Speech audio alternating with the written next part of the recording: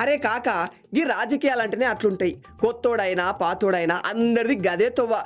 ఎవరు ఏ పార్టీలా సత్యం దాకా ఉంటారనేది చెప్పడానికి లేదనుకో. యాడనో ఏదో ఎడుతుంది, చెడునోళ్ళకి కాలుతుంటది. ఇంకా గప్పటి నుంచి చూసుకో అసలు కథ షురు అవుతుంది. కాలినోళ్ళు పక్క సూపులు చురువు చేసుకుంటారు. మరి పక్క పార్టీ వాళ్ళు ఊరుకుంటారా ఏంది?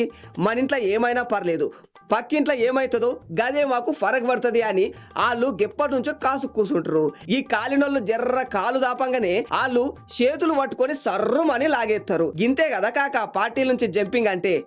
అయినా ఇయ్యాల రేపు గిదేమైనా కొత్త ఏంది? ఎవరు ఏ పార్టీల నుంచి అయినా వెళ్ళొచ్చు, వేరే పార్టీలో చేరొచ్చు. ఇప్పుడు మన జీవన్ రెడ్డి అన్న కథ కూడా గిట్లనే అయ్యే. అరే గట్ల చూస్తామేంది? జీవన్ రెడ్డి అన్న గట్లంతా ఎల్లడు, చాలా మట్టసంగా ఉంటాడు అని అంటున్నావా? అరే కాక గాయన మంచోడా చెడ్డోడా అనేది కాదు ఇక్కడ. లెక్కలు చెడినప్పుడు ఉన్నడా వెళ్ళినడా అనేదే కడకు ఫరక్ పడేది. అరే కాక జీవన్ రెడ్డి సాబ్ చెయ్యి పార్టీల చాలా పురాణ లీడర్. 40 ఏళ్ళు గాడని ఉన్నాడంటే ఎంత విశ్వాసంతో పనిచేసిండో తెలుస్తుంది కదా. గీఎన్కు 14 సార్లు పార్టీ బీఫామ్ ఇచ్చి ఎలక్షన్ల నిలబెట్టిందంట. చెయ్యి పార్టీ పెద్ద మహేష్ గౌడ్ సార్ అనిండు. జీవన్ రెడ్డి అన్న గిన్నేళ్ళు కాంగ్రెస్ కాడే ఉండే, పవర్ల లేని 10 సార్లు కూడా పార్టీని అదల్లే. మరి ఇప్పుడు పవర్ల వచ్చినాక ఎవరైనా పార్టీ మారుతారా? నువ్వే చెప్పు కాక. అరే కారు పార్టీ ఎమ్మెల్యేలే చెయ్యి పార్టీల జంపింగ్ అయ్యేకి చురువు చేసిండ్రు. గట్లాంటిది గీయనేమో ఉల్టా ఆలోచించిండు. వచ్చే ఎలక్షన్లా జీవన్ రెడ్డి సార్కి ఫాయిదా ఉంటుందేమో మళ్ళా. గానీ కాక గదే ఫాయిదా కాంగ్రెస్లో ఉండదంటవా?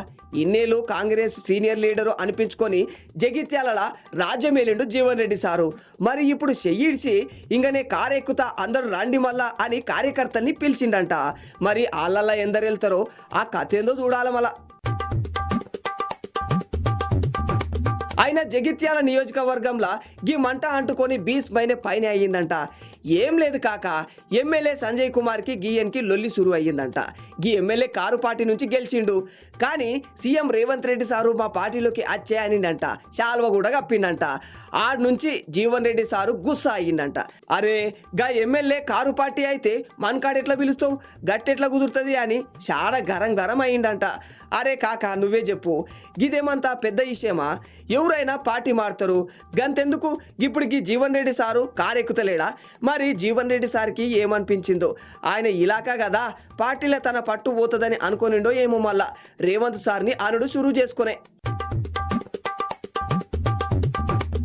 అక్కడికి చెయ్యి పార్టీ పెద్ద సార్లు అందరూ జీవన్ రెడ్డి సార్ని గట్లా కాదన్నా జర సమజ్ చేసుకో, అంతా మంచి అవుతుంది, ఎక్కడికి పోవద్దు గీరనే ఉండు, ఢిల్లీ సార్లు ఉన్నారు కదా వాళ్ళు చక్క పెడతారులే అనిండ్రంట. అయినా మరి సార్కి మనసు బాగలేకపోయిందో, తన మాట వినలేదని గుస్సా వచ్చిందో, తన ఇజ్జత్కు దెబ్బతీస్తుండ్రు అనుకునిండో ఏమో మళ్ళా కేసీఆర్ సార్కి కబురంపినట్లుండు.